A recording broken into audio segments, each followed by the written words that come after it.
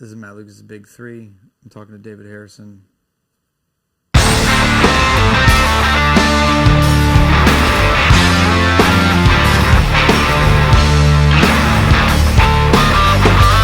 All right, let's just start with cotillion. Okay, easy enough. Okay, this is something that I didn't know this. You and I are parallel on this. Cotillion and junior certified scuba guy. All right. And that's how we both get COVID. I licked this side of my glass. On purpose, I knew it. All right, how old were you when you started cotillion? 12, 13. Really? Yeah. Same age as me. Yeah. All right. It was a junior high program. They needed our church for the facility for instruction. Mm-hmm. So they offered members of the church access to the program. So myself and another friend from the Scouts were signed up and learned etiquette, writing letters, firm handshake. Yeah. Table placements. Foxtrot. Was in the paper for that. Decent at a waltz. And yeah, Grand March. I still teach that to my athletes as a method for being smooth in strongman. Because really? When you're carrying something extremely heavy, if your hips don't bounce up and down, the weight doesn't bounce up and down. Yeah. And then that makes it a lot easier to carry 400 pounds in your arms if it's not bouncing against your hands. Yeah. 400 pounds or the ladies. Right. Either way. Right. It's the same. Just be smooth. Yeah. Smooth as fast. All right. So you did cotillion. Did you enjoy it? I did. I learned quite a bit. It's fun to dress up. I'll find this picture of me. Okay, so my story of cotillion was there's this kind of kid, and they invited me over to it, and I was a chain smoking, drug dealing, you know what I mean, 12-year-old that just and I would go there, and I remember the lady just first day just called me out, just like, I know you think you can do anything you want, and, you know, stuff like that, and because I did, by the way. But for me, it was just an opportunity to, you know, I was kind of such a removed from my community, dude. I was hanging out with people much older than me and doing the drug thing. So I could go just learn to dance and dance with rich girls, right? It was very cool. And, but by the end of it, I loved cotillion. And I would go there, and I had my motorcycle, and I would go, and I'd be smoking by the dumpsters, you know, and I would go there on a lot of acid, and I remember just the final night. I'll try to post a picture. The final night, you know, you have to dance with your mom or whatever. I was wasted. I was just wasted, and I picture that I was in a tuxedo. I was the only guy in a tuxedo, and but then we had to learn to cut in. Did you have to learn to cut in? Yeah. Okay. Yeah. I don't remember the rules. What are the rules to cutting? Generally, I think it's a communication via eye contact. It's a form of consent with both partners before you can cut in. Okay. So I thought it'd be funny. So first off, I grabbed my dad's tuxedo pants. Huge, but like I wore them anyway. Because back then it was all about sagging and, you know, big pants and whatever. So I get my dad's tuxedo pants. And I decided, instead of just walking up and being a normal person, I thought it'd be funny to cut in, because me and my cotillion teacher, we were starting to get kind of cool. Like, she kind of liked me.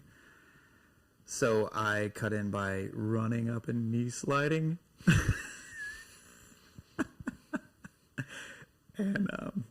And they weren't wool pants, they were cheap polyester pants, so the friction melted the pants to my knees, and I was just like, and I remember just looking at her, she's like, what, you know, and I got up, and the polyester was stuck to my knee. So yeah. So public service announcement: if you ever knee sliding up towards a person in order to show how cool you are, which, by the way, it doesn't work, make sure you're wearing natural fibers, because polyester will melt to your knees. What kind of music was going on at your cotillion? What were the jams? Pop. We were listening to NSYNC and Backstreet Boys for the that 4 to 8 count rhythm to dance to. Britney Spears as well was popular at the time. A lot of those songs. We were Kokomo, Beach Boys. No good. No, because I was more into punk. Right. All right. And that's super slow. Yeah. All right. Let's talk about your scuba diving. How was that? Oh, that was a really cool dream that my family helped with. Because basically my dad signed up to get certified at the same time. Okay. In order to make my dream happen. So we got certified, and shortly after, everyone in the family, my mom and brother, got certified as well. And we outfitted we had an outboard, 20-foot runabout fishing boat that we rigged to hold scuba tanks. It had no real access for anyone in scuba gear, but we tried. Yeah. And the truck and everything. So that was a fun family endeavor. I had some fun family trips to Florida. Vortex Springs is where I got my first, natural environment certification dive. Vortex Springs. Where was that? I think it's north, but not quite Panhandle. Yeah, So, I think we went. I think I've dove north. Yeah. yeah, super clear water. Super clear water, and it's But it's just this like granite well. Yeah, and it's ice cold. Yeah, yep. I remember that, and that's where we did Vortex, and then we did, because you have to do your 6 open water, and then your freshwater dive and stuff like that. And I think the open waters we did in Panama, or Panama City. Panama Beach. City. Yep. It's my neck of the woods. I might have jet skied right over you. Exactly. Fuck these guys. Yeah. I remember because we had to do junior certification, and one of the funny things about watching it was my dad wanted to go with us. Right, my dad was like, "Yeah, I want to go." He was a Navy SEAL. Right. Yeah. But apparently, from way back in the Korean, didn't actually qualify for PADI. He's not PADI certified. And the look on these guys, because these guys all knew him, and just the look on their faces when they were just like, "Man, we can't. Look, we love and respect you, man, but we literally cannot fill your tanks. We can't let you come." So there was that moment. But getting junior certified was really cool, because I don't think a lot of people know that you can, like at 12, 13 years old, get junior certified. So, all right. And then that's an interesting thing. So if we're talking about movement, music, and food, so like the dance. So as a martial artist, people don't realize how many great martial artists were dancers, like Bruce Lee. There's this old Hapkido master, Lomachenko. Like they're all dancing helps their fighting. But I never thought about it as dancing helping powerlifting. You're a powerlifter. Strongman, sorry. He's a strong man. The problem is the difference in the sports is self-drawn like anything. Okay. But there's in the weightlifting sports, there's like Olympic weightlifting, which is 2 very explosive movements, the snatch and the clean and jerk. Okay. Super impressive, but very stick in the mud, has to follow a certain form. Okay. Like kata does. Yeah. And if you're wrong, like your shoulder's out of place and you have 400 pounds overhead that you somehow threw from the ground, like Lasha does. Can be painful. Can be bad. Yeah. Powerlifting is 3 very strict forms of movement: the squat, the bench, and the deadlift. All right. So the bar path is ideally a straight line, and your body moves however it has to achieve that. Okay. With the most weight possible. Strongman is more of because it comes from the circus background as well as manual labor backgrounds of just doing impressive things can be awkward, and it's not super uniform or precise. They're like, how much does that weigh? It's like 250 pounds, or it's about 300. Like we don't have calibrated weights for a rock. It's a rock. Yeah. I want you to get it off the ground here and on that platform over there. Do it faster than that guy. So you're basically farming. Yeah, we're doing manual labor as a sport. Yeah, and which I love, because it brings a lot of good salt of the earth people to a sport, and they're like, "Oh, I can actually compete and have camaraderie with people." Yeah. What about like this is one of the reasons why I wanted to bring you on to this is you and I talked about this, the importance of anonymous service. And you love a good community. You love a good community event. Yeah. and you love supporting. It's like, hold on, I'm going to me real quick. David supports you, 100%. Just fun. It's true. Everybody needs to know. You're big dude, but you're into yoga, but we talked about anonymous service. Like the path to anonymous service is like the key, and you do a lot, and you're not always about it. Started Peace Corp or before that? Probably before that. Yeah. I mean, scouting for the entirety of my known memory. Because You're an Eagle Scout? Yep.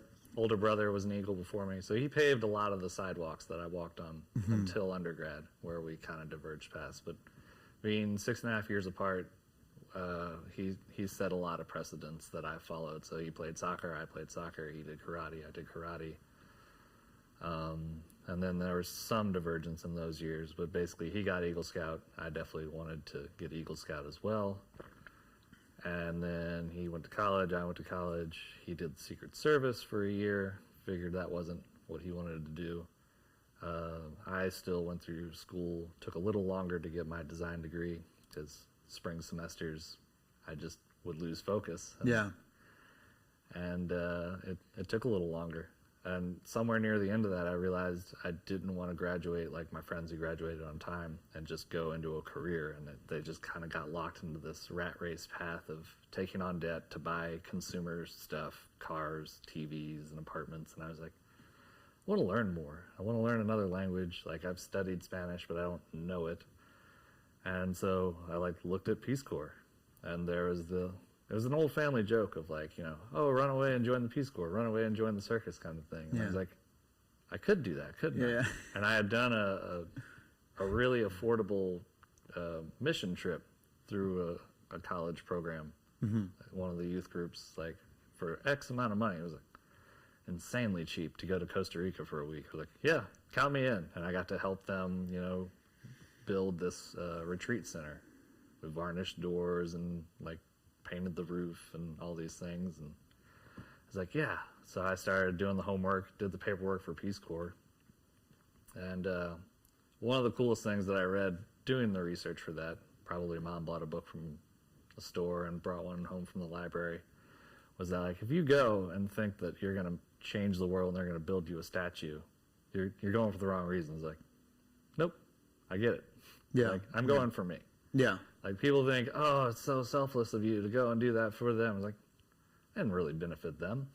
I made a lot of friends. I have several host families I still keep in touch with. Yeah. When I'm having a really bad day, I can actually, the coolest thing with technology, I can WhatsApp them. Yeah. And they respond way faster than anyone in the U.S. does. Mm-hmm. Yeah. And in a language that no one else that I get to talk to in the U.S. uses. So I love that. Do you speak Spanish? I do now. Okay, so when you were out there, what were you doing? What as a Peace Corps guy, were you just doing what you normally do? It's what do you need, and I'll do it.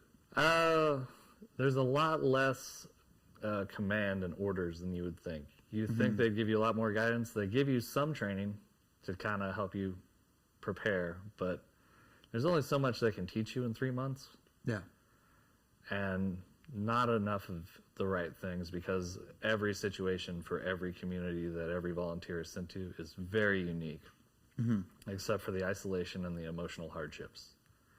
And that's what bonds most Peace Corps volunteers together the world over, is how they've dealt with those scenarios. So my first site was way out in the middle of nowhere, so Spanish wasn't even that useful. The local language, Guarani, was more useful.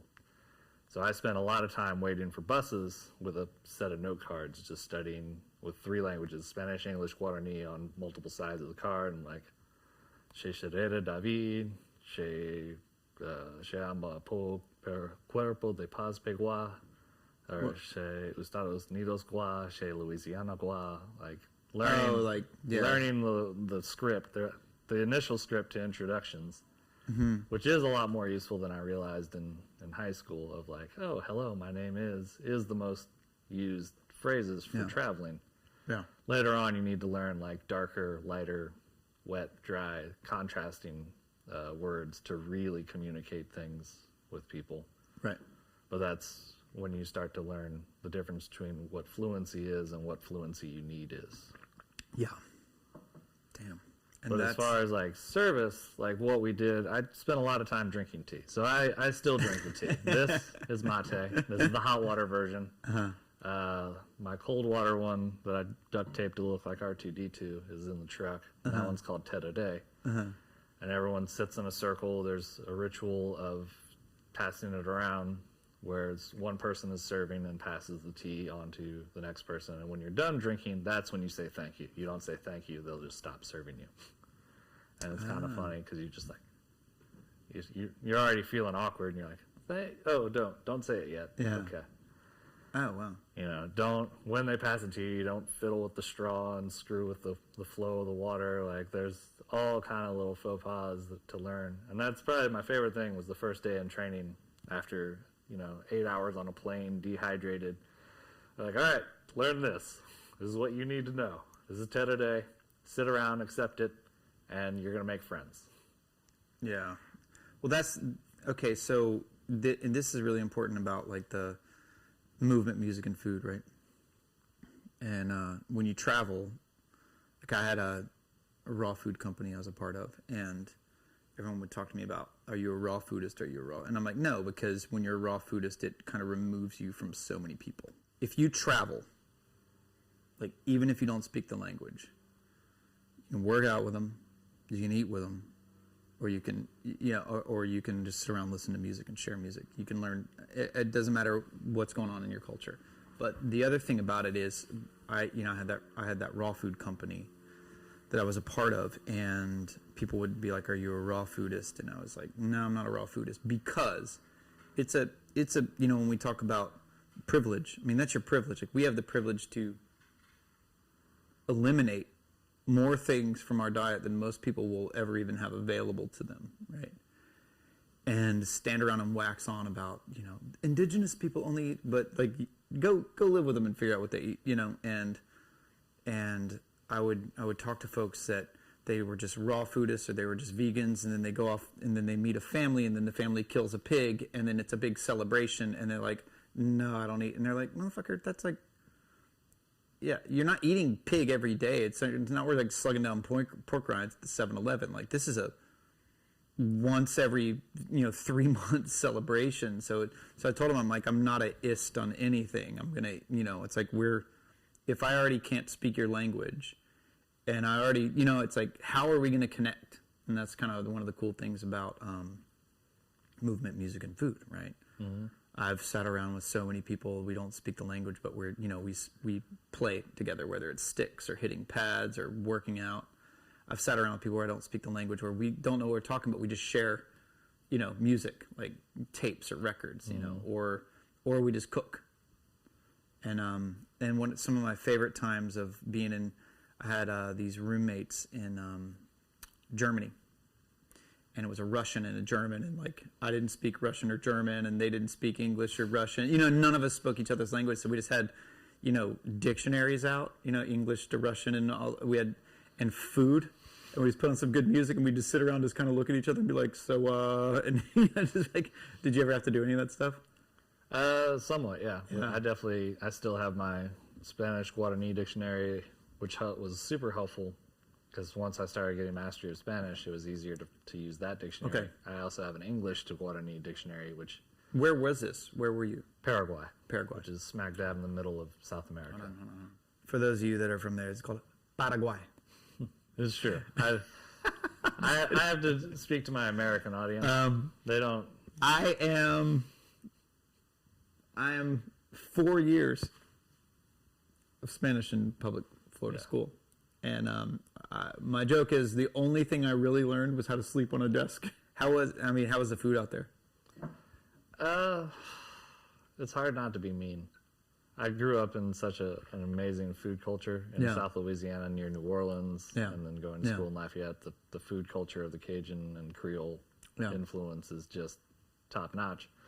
So when you go to food deserts, like a community that raises cows and they grow a handful of ingredients on the land, so you got corn and sweet potato and mandioca. Yeah. And most of your meals are like I had several days in a row, like you talked about the ritual slaughter of pig. Lunch was a big deal, and certain families would have like cow necks and whatever for lunch for a few days. But there are several like days, weeks in a row where I had just fried sweet potato. That was what they served me, my host family, or eggs for breakfast, and then fried sweet potato for lunch. Yeah. Fried sweet potato for dinner. Fried mandioca, maybe to go with it, or boiled mandioca that was then deep fried. But, you know, it's hard to compare that to what I ate in Asuncion, which, you know, restaurants and national commercial availability. It's like, oh, man. So I fell in love with, and partly because the owner is a really good friend of Peace Corp volunteers named Pedro. Bolsi restaurant in Asuncion is just this amazing 24-hour thing with a lot of things available. So it was very friendly to the American volunteers, like, hooray! Yeah. Food with vegetables in it. Yeah, what did you take from your Peace Corps world? And so now you're out here, because you're like super helpful to everybody. And what did you take from that experience into like what you're doing? Because technically when you came out here, you're kind of, I mean, being a Southerner as well, like, I felt pretty isolated out here when I first got here. Just I had like there's just a different attitude. Right. It's not, I mean, and there's a walled offness to Californians. I don't know if you felt that. Oh, too. I do. I describe it as, because I'm from a brackish water lake that I grew up on. The bayou runs into the fresh and the salt water from bleeds back into that lake. So it's a brown, murky water. Yeah. But there's a certain type of fish that's not freshwater or saltwater. It's a brackish water fish. So I describe myself as being brackish water in a saltwater environment. So I'm very much the wrong fish in this bay. Yeah, yeah. Because of that isolated feeling. One of the ways I do it, when you talk about the silent helping thing, is something I've always done from partying in undergrad, is you stay at the party until the dishes are done. Oh, yeah, yeah. So it's not just the party, but being part of the core group of the hosts. Yeah, and, sit up and take and them. helping to, you know, we play music again the next day and crack out another case of beer while we mop all the jungle juice off the floor and wipe down and clean all the cups and wash all the towels or whatever else. And that second party is just as much about the community of like working together and like, all right, it's not we did this consuming great anymore. thing Yeah. to provide a great entertainment value the night before, and then we did this extra great thing to get back to a living situation. Yeah, so you're a part of the creation of it. Right. So And, here, the way I found that is by sticking around after a strongman show and making sure the weights got back into the truck. You know, Right. Reload the moving truck, because a heavy contest has a lot of heavy toys, and it takes the team to truly get that done in a day. Yeah. Yeah, and because you definitely, you will show up and you will help. And you also like cooking for people. So, and that's another thing we have in common. Did you study cooking or do you just like to cook? I liked it. You worked in a lot of restaurants. I remember, well, in the South, there's some unwritten rite of passage of being a guy that can cook versus all the TV stereotypes of the mom cooks on TVs. Yeah. In the South, like, I feel like you're not really a Southern man if you don't know some basic cooking skills. Even if it's not quite like a roux and like a full gumbo ritual like I have, like if you just need to know some basics so that you're not useless. Yeah, I was a chef for a long time and went to culinary school and all that stuff, and it was one of those things where I had to come to terms a lot. So, you know, whether it's the dancing or whether it's like doing body work and learning how to cook and all this other stuff, it made it very hard to make a living, but I was very capable to live, right? So it was a weird kind of love-hate for like, I wish I hadn't devoted so much time to learning that stuff, because I could have actually moved here and actually maybe paid rent. Because when you move out here, you know, you're just, I remember going, you know, it's like my rent's, you know, I'm paying $2,000 a month and I'm working for $9 an hour and cooking high-end food, like really high-end, like fine dining California stuff, and working so hard to get up to like $12 an hour. It was so painful. And it was this thing but then when I stopped cooking, or when I stopped cooking professionally, and then you're just sitting around, and it's what we were talking about earlier. Then you get your workflow in the kitchen. You're just standing there, and people are like, "What's up with you?" You're just like, just cooking. It's like everything's going. So I'm glad I did it, but I'm maybe, might not have like wanted to devote 10 years of my life professionally, and then going to college for it, and also and going into debt for, it was brutal. It was like such a shit show, but knowing how to cook is important. Yeah. It definitely they worked the love of food out of me in the family, the restaurant families here. Yeah. Partly because the ingredients are too damn nice. I still can't afford those ingredients. Yeah. And then also, like, being that I didn't go to culinary school, I didn't learn all the French words. I was just a capable worker, and good enough to get by, at least on garde manger. And well, the way I've made more salads than a lot of people will eat in their lives. Well, yeah. Okay, so what I used to always make fun of in the French kitchens was if you just say the English word, like you think you're better than everyone else, that's the French word. So like, because I'd always say like, how do you say dance? Like dance. How do you say onion? I'm like, so you just literally say the English word like you think you're fucking better than me. Yeah, that kind of puts cooking in the high end world in a nutshell. Just like, no, it's not keeper of fresh, it's garde manger. Yeah. All right, so how has the yoga and everything helped you out? So, as I was saying, possibly on video, maybe not. Yeah. With Chip, Body Tribe, Jim, and their culture about training to not be training, to like do enough in the gym so that you could go out and play, climb a tree, play basketball with friends. Yeah. That philosophy really resonated with me. Yeah, and your philosophy as well of just like, it's not about a 500-pound squat. It's like, it's cool, but honestly, what's really cool is being 85 and still moving. Yeah. Being 95 and still being able to take care of yourself. And one of the reasons I was drawn to the sport was there's athletes like Mark Felix, who's in his late 40s when I first started, and he's still competing at the top level. Mm-hmm. Partly because he started late in the game, he didn't have as many residual injuries, but also because in general, the sport is general fitness. There's athleticism, there's strength, flexibility helps with it. And being flexible since I was younger. Yeah. And also, I really enjoy the katas and things that you can do alone and in isolation. Mm-hmm. Like, it's all about the isolation. Well, I mean, you've talked about it. I'm sure you have posted your video of how if it wasn't for the other inmates, you'd be perfectly fine. Left alone for 18 hours a day. I am. Every athlete goes. We've talked about this. I have been there. Every artist that I know, especially martial artists, we have always.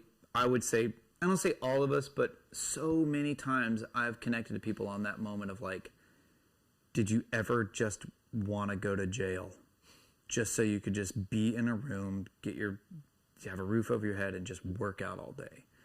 And then I met people fresh out of jail and I'm like, I wouldn't last a second. and then I realized I just don't have the mentality or the personality for it. But I've been through that numerous times. I've been through those moments where I remember moving here and basically I was a homeless guy and I remember just walking with this skill and watching the college kids going to the ATM machine, and that other fight of every step I took I had to choose to do good because I was broke and feeling alone and all that, you know what I mean? And I'm like, I could either go in the park right now and work out, or I could work out all over this guy coming out from the ATM machine and then leave with how much ever money they just got out. And it's just, and then there's all the justifications. Well, it's probably just their parents' money or this or that. And, and you have to fight to do good, right? That's that, what do you do when no one's watching kind of thing, it's like self-discipline. And I was just like, I'm going to go do good. I mean, I remember now I don't have to fight with that, but like, there's a time when you come into these places and you're feeling isolated and you're feeling trapped and you're feeling like depressed and you've lost everything and you're just sitting there like, and you've dedicated everything I dedicated everything to this thing that made me lose everything. You're like, screw this, right? And I remember one of my favorite times, I go to a park, and I'm working out in this park at like 1 a.m. Ohlone Park over there in Berkeley. It was like, yeah. And I'm working out in the park, and there's all these bushes around me, and out of one of the bushes, I hear a voice. And it's like this old lady, and she just goes, "Ooh, I bet you could whoop some ass." It's like, and I was like, whoa, hey, because she had apparently just been sleeping in the bushes watching me, and I'm just shadow boxing and doing all these forms and stuff. She was into it. She was like, "Ooh." And then I was like, all right, I need to reevaluate my life. I gotta get my shit together over here. Yeah. Before we go too, I also want you to get your things. All right, the metalworking stuff. You're doing all kinds of. You've been making hammers and maces. Yep. And we've bonded over swinging heavy stuff. Yep. You know me. I love swinging heavy stuff. I love it. That's why my first Craigslist purchase was an adventure to Half Moon Bay to buy a boat chain. Oh yeah. And then cut it up and sell it to people who like to lift heavy things. So chain has its advantages in barbell sport.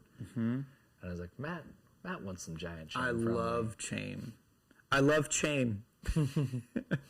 Yeah, we're I work out with that. I was just holding the thing. I had some guys in here the other day, and they were just like, how do you because they don't know about the technique, right? And that's like the thing about yoga and stuff. It makes you hyper focus on your frame.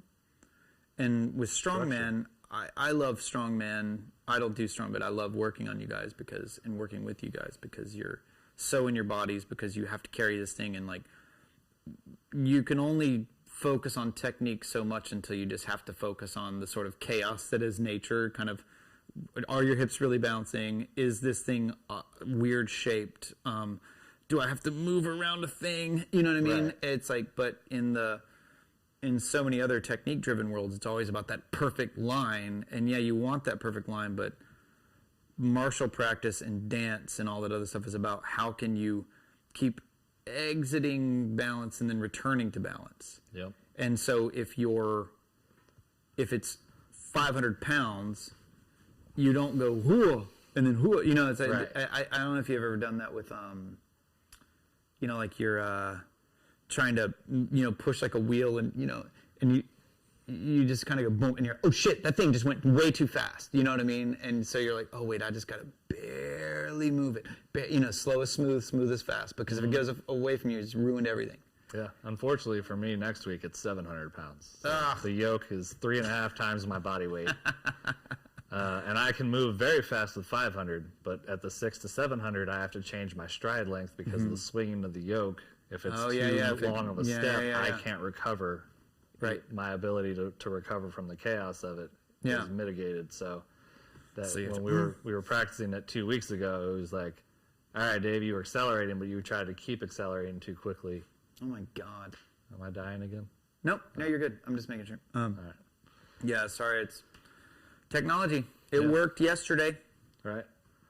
But yeah, so like you said, that balance thing is one of the things that makes me kind of a standout strongman, because a lot of guys come over from those powerlifting sports where they're statically strong. They can pick up 500-700 pounds from the floor. My deadlift isn't that big, but I can walk up to a very large rock, wrap my insanely long arms around it, and get it off the ground. And they're like, wait, did that guy who like struggled with that weight over there just pick up that rock that weighs bigger? Because you're not shaped like a strongman, because you're so long. Yeah. And that's why it's so funny to watch you do this stuff on the floor in yoga. When you're working with Dave, and then you lay him down on the ground, and then everyone else needs to lay it on the ground. When Dave does it, his arms take up the whole room, and then everyone has to move out of his way. He's basically a Great Dane. Great Dane crossed with the Maine Coon. Yeah. Why did you start making the stuff, the custom plates and all this? Why? I enjoy making. Okay. Went to school for making things. Oh, yeah. But for a long time avoided it. Worked in kitchens where you kind of get to make stuff, but not the same as a permanent item. Making dishes is a very cheap medium. It's cheaper than paint to work with lettuce. So coming back to finally using those skills was part of it. And then also in the beginning of it, the outlet. So I found Strongman while I was in the Peace Corps. So shortly after I got my own house, finally not living with a host family, I had started my path of physical development and found a giant rock in my yard, and I started doing rock squats. And then I found a recipe on the internet for how to make your own Atlas stones. So you make a ball out of paper mache, you do the calculations on volume and density of concrete, put it in sand so that the form doesn't fall apart when it gets wet. And then you take it out, and then the first one I made was tiny as a practice run. The next one I made was too big for my skill set, and I broke one of my laundry buckets just getting it out of the house. The third one, the Goldilocks Stone, my girlfriend at the time helped me make, and I learned how to pick up an Atlas stone the wrong way with that one, and then eventually learned how to pick it up the right way, where you don't compromise your tendons and try and tear your biceps. And just the creativity of the sport, and there's not a right way for every athlete and body type to pick up a thing. Like one way that I might pick something up because I'm long-limbed doesn't work for the short athlete. Well, that's the fun part about, martial arts and art is always about actualizing who you are inside this framework. So even like with music, it's like you play guitar, but who are you as a guitar player, right? Are you into Hendrix? Are you more of a Hendrix guy, or are you more of a Steve Vai shredder kind of guy? Or are you more into like the George Benson kind of smooth jazz kind of world? And they're all wrong except for one. I'm just kidding. But it's like there's always that. Or are you it's like and then you look at guitar. Do you look at guitar as a supporting instrument, as a soloing instrument, right? And Bob Dylan looks at guitar completely different than Steve Vai would look at a guitar. Even though but once you get good, you'll probably appreciate it. And so as an artist, as movement, as art, how are we cultivating ourselves inside the art? And, it seems like, you're such a supporting act. It's like, I'm going to get Tommy in here. And I want Tommy in here, and probably with you as well after Nationals, because you're on your way to Nationals, right? Leave Thursday. Couple days away. Montgomery, Alabama. Civil rights movement capital. Yeah, man. Montgomery's intense. But to continue that question of the building equipment. So finally, full circle, after almost 2 years in the metalworking industry, building handrails for the obscenely rich in SF with people with tech money. And staircases that cost way more than I'd ever imagined you would pay for a staircase. Very cool stuff. The pandemic hit, and the shop shut down. And I had a little bit of money saved up, but my boss always encouraged me to learn, and he has millions of dollars of old tools there that he just buys secondhand. We got a plate roller that was on a battleship in the 40s. We got, English wheels and hammers and presses and rams, and he's like, go, play, learn, do things, build your side stuff. Pay me a little bit for the scrap you use. Here's a CNC table. Have fun. You're the only one in the shop who can run it. And so coming back to the root of my creativity of having spent 6 years to get that design degree, to finally get to use those skills and my user experience as an athlete, I can bring better products to the market than what exists. We were talking about this, about how hard it's going to be to actually turn this into a lucrative career until you get some sort of manufacturing thing going on. But you have been making custom stuff, like you made Zach maces. His maces. I made 5 for him. 5. So he got a 20-pounder that's good for the apocalypse. The other 4 are not welded through. The welds would hold for the first few fights, but I wouldn't be swinging them at tanks. Right. And then you made the Homer Simpson plates. Yep, got those. You have those in the truck. You got to go get those in for a clip. Bring those in. A little show and tell. And all right, what you then you made Patrick's hammer. Mjolnir. So I made Mjolnir originally for the first one was made out of stainless for a giant chef. What is that? Mjolnir is the name of the hammer that Thor wields. Oh, okay. Spelled MJOLNIR. maybe some extra L's or R's. That's pronounced Paraguay. But a giant man from the Highland Games and Strongman world was tired of those little 1 pound things for flattening fillets. Oh, yeah. So he's like, I'm a giant man. I want a giant stainless steel hammer that looks like Mjolnir for my work. And I was like, sure, I'll do that for you. And then his buddy saw it. He was like, hey, I want a mild steel version for smacking nails in my garage. So I made that one, but he didn't agree to the price. Oh, yeah. So I sat on it for about a year, and then I learned a technique to make it even prettier. And then Patrick and I have bartered various things for coaching over the years. Like when I was working in the meat warehouse, I would get raw product. So I would pay him in steaks for programming. So this is another thing that people don't know about Pat. So like again, there's a common thing around like you little guys that can do like big things, right? One of the main things is when we look at, I tell everybody we need gyms because we don't have farms, right? Mm-hmm. The longevity comes from work mixed with understanding maintenance, and then. Because a lot of my longevity came from working in restaurants and doing a lot of manual labor. Like I remember there's this one place in Germany where I had to work, and I just said yes to it because the pay was shit, but it was a bunch of iron, like manhole covers or something on the like 5th or 7th floor of a kind of a giant building that there's 300 of them, and they need to just come down to ground level. Right, and they were 20 pounds a piece. That's it. So you'd stack 2-3 of them up, and you just carry them down 5 stories of stairs, and then run back up, and then and you had to get them down, and it just took a couple days. But it's like there's something about the way that you approach life if you know you're doing it all day, right? You don't just go. I got 30 minutes. I'm going to go hard. I'm going to put on some some Eminem, And then I'm just gonna some thrash. Yeah, and I'm gonna do it. I'm gonna leave it all on the thing. It's like no, that can build like your muscles and all that other stuff, but like to get the tendons and all that, it's like that's where the time comes in, and that's why a lot of older guys get into a lot of the more endurance stuff because there's time in our bones. You know what I mean? And it's hard to create that, right? And I really appreciate things like Strongman because you're working. Yeah. And it's really funny about Strongman too because like you guys love helping people move and shit. It's true. You're like, I don't even know this person. I'm helping them move. Yeah. Oh, I just saw a moving truck. I just pulled over. just like when people help people on the side of the freeway. Like, that mattress? Come here. Yeah, come on, I got I'm you. in. Yeah. Dresser? I could do that by myself. Yeah. Really? Like, yeah, it's not that heavy. I need longer arms to hold it. Yeah, you guys really get it. That's what I kind of like that about. I was doing stagehand union, and it's just there's technique to lifting things, and once you learn the technique to lifting things, it's not as hard. It's like that's the problem to solve is like how do you get your arms around it.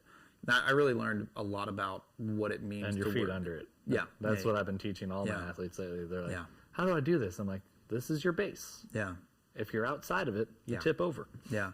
Well, and that's one of the things about like in wrestling, a lot of people we're not used to being close to each other, right? Mm-hmm. But if you hand anyone anything that weighs just 40 pounds, be like, hold it here or hold it here. It's like there's moms carry babies on their body, not you're not walking around. You're not doing that as much as like.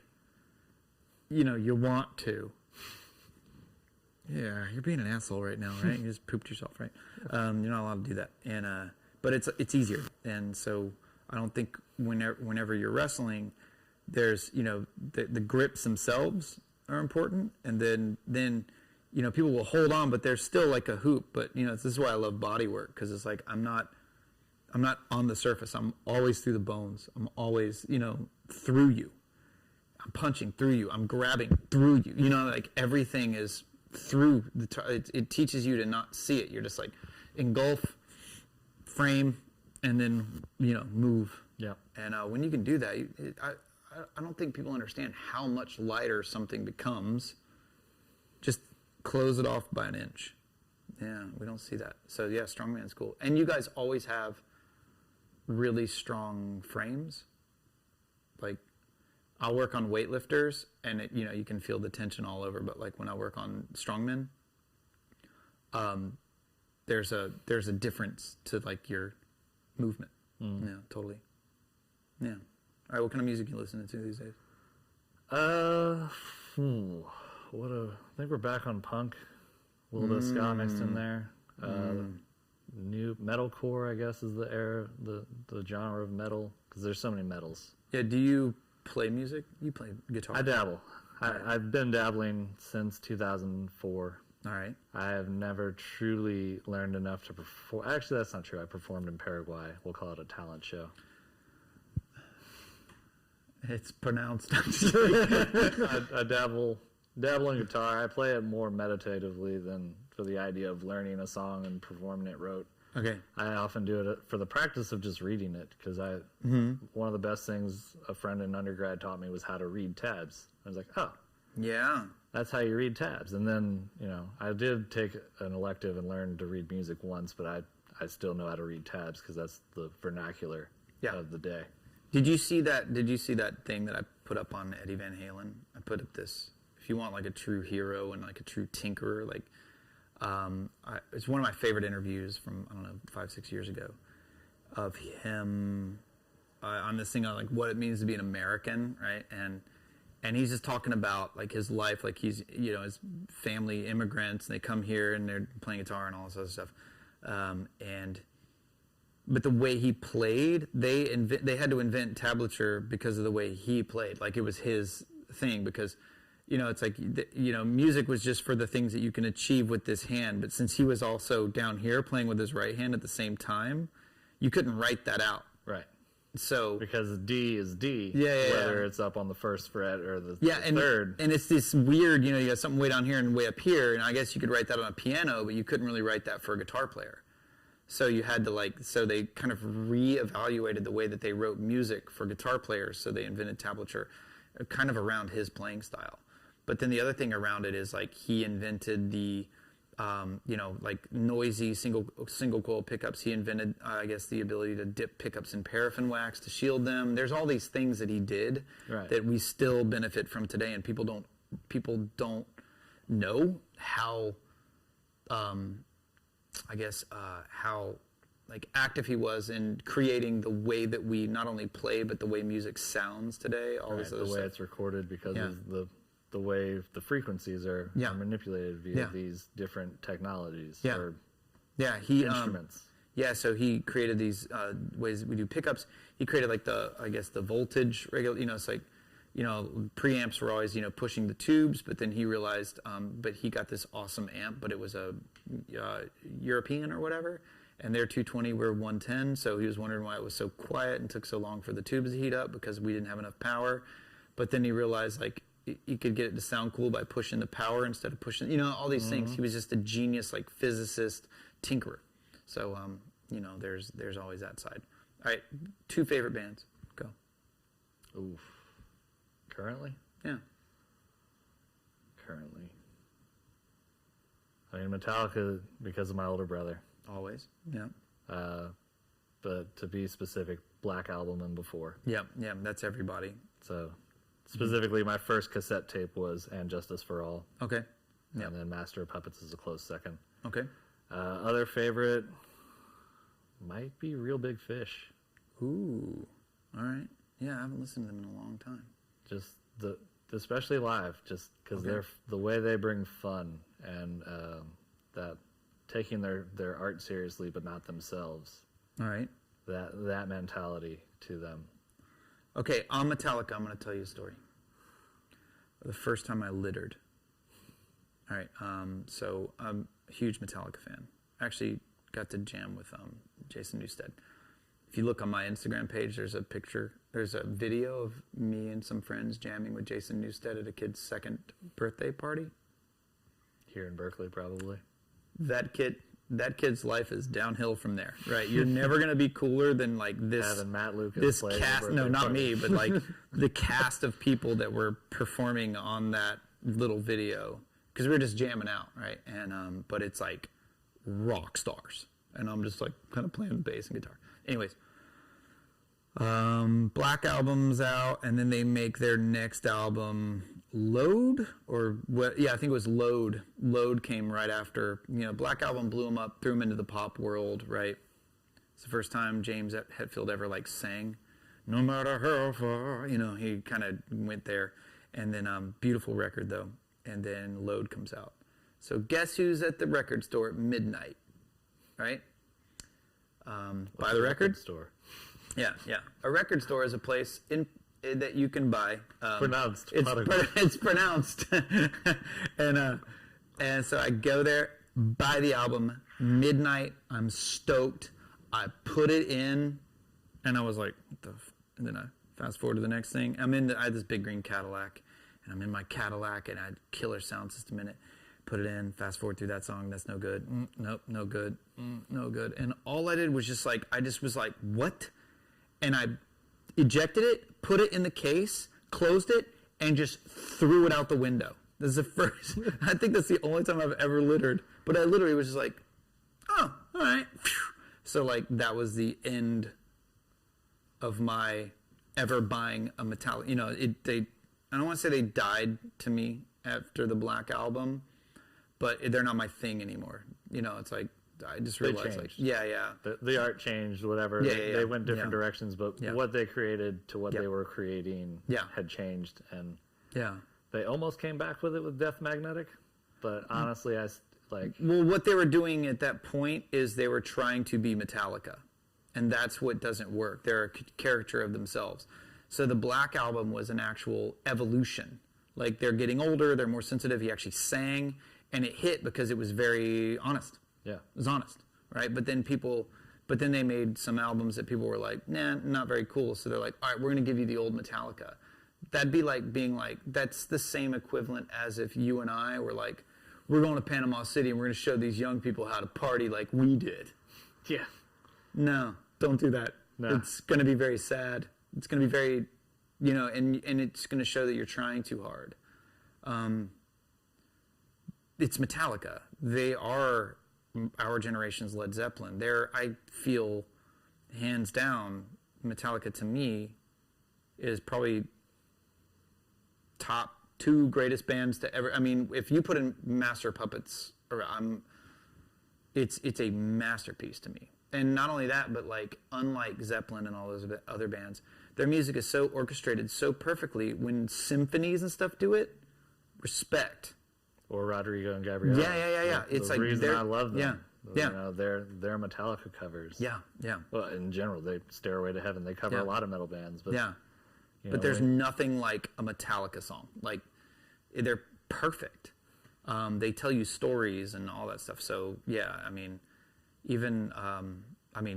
everything up to that Black Album was great. And I'm sure there's other good stuff, but it's like I just don't care anymore. It would be one thing if they didn't make all those other albums. Maybe if I heard Load, I'm like, this band's pretty good. You know what I mean? But I came in with too high expectations. Yep. You know what I mean? And they can't all be. All right, so my band, as far as other bands that I think just I've been in this I've been back in love with Chris Cornell a lot. But really, honestly, I just checked out the new Anderson Paak, and not feeling it as much. I love everything he does. He's a musical genius.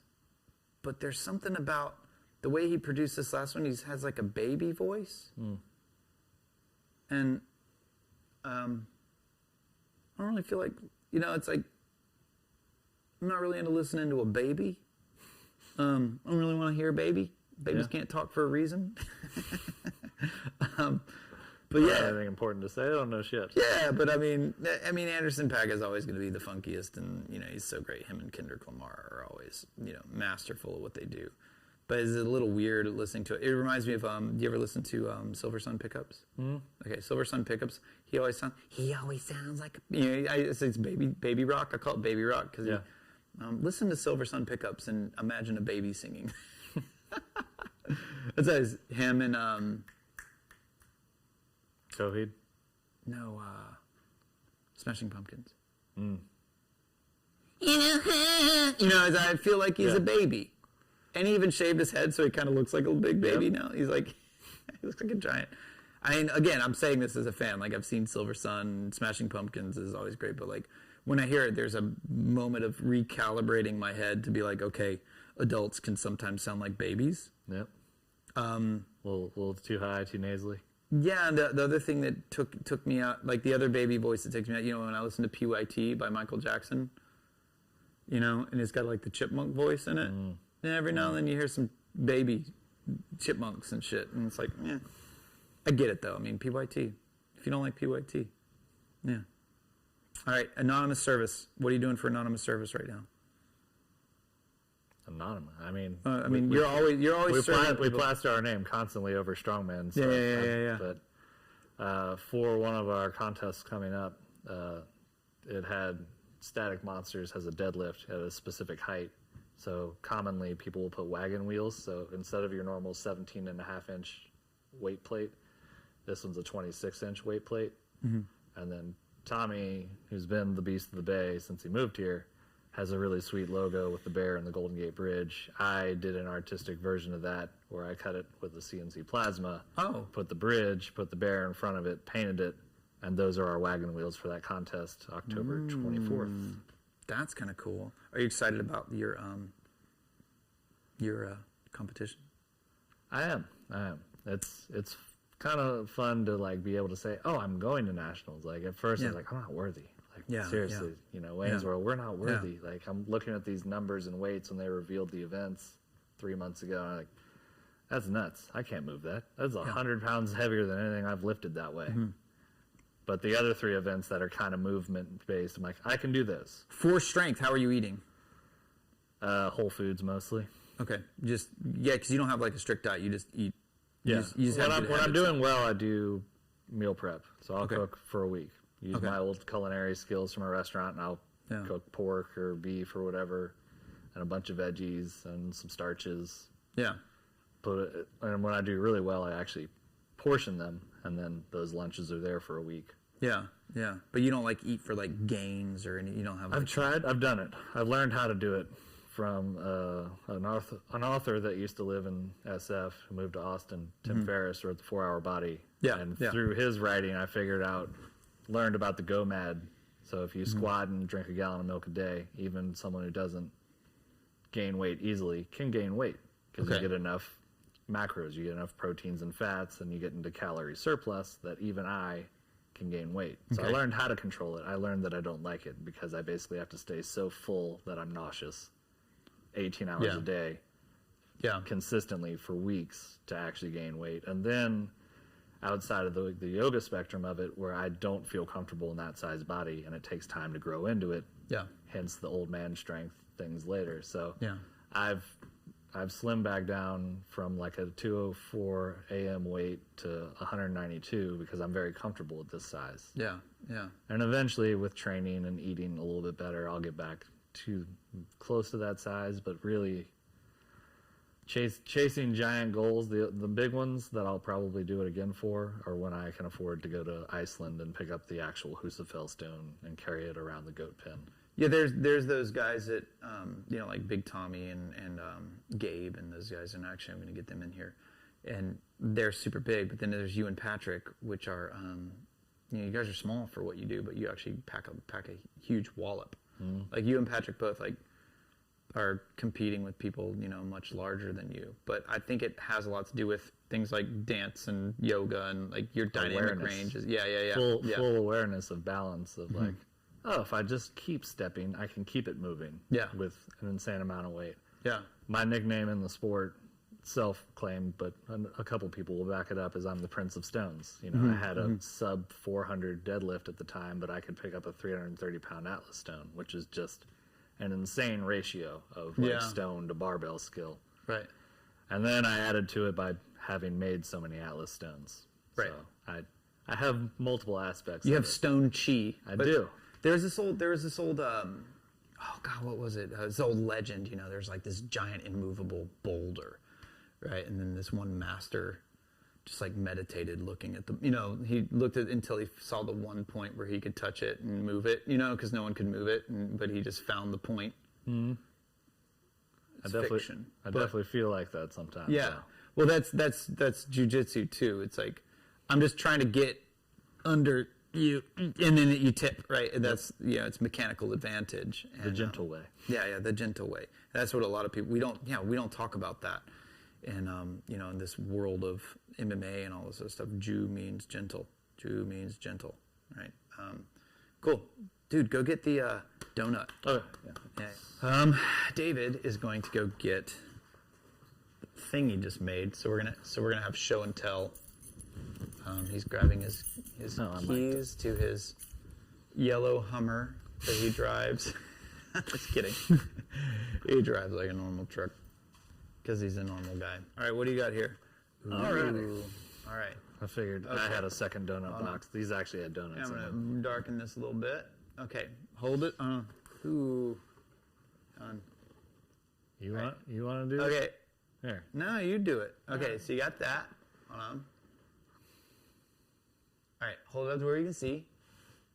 Ooh, and then you open it up, and then it's little donuts. Wow. There's this. Yeah, let's do this. And then we'll get the one with the stamp. Look at that. Here. I'm gonna get rid of me here. So this is cool. So these are little, how much do they weigh? 2.6. They're a little overweight. There we go.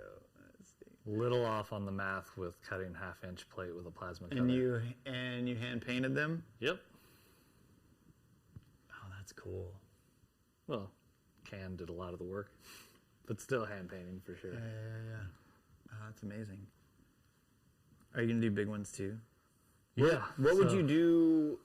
So for a big one, I sold the pair of 5s that I did yesterday, or delivered them yesterday. So the 5s are a slightly larger diameter, so those are still readable as a donut. yeah.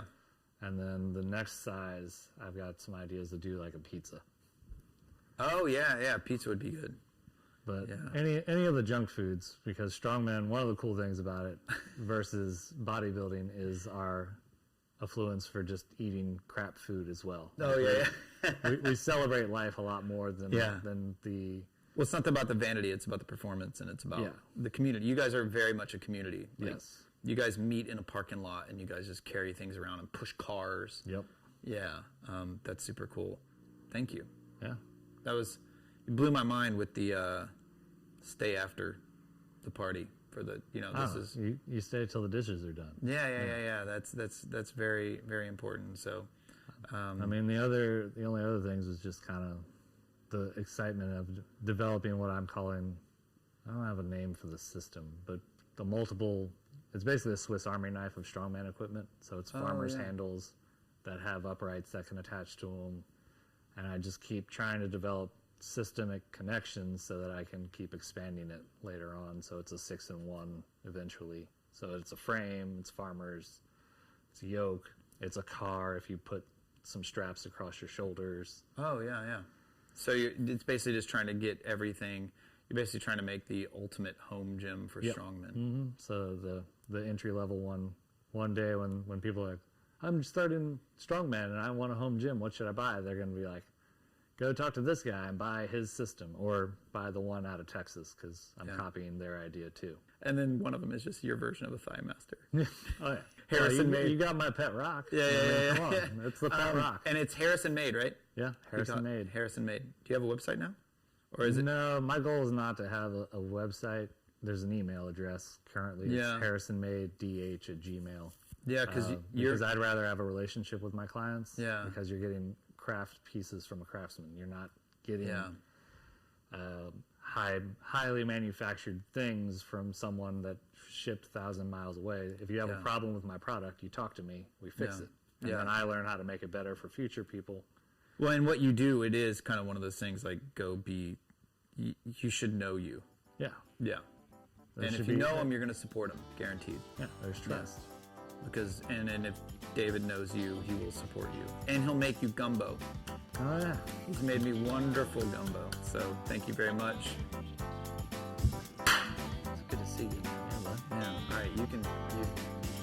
life.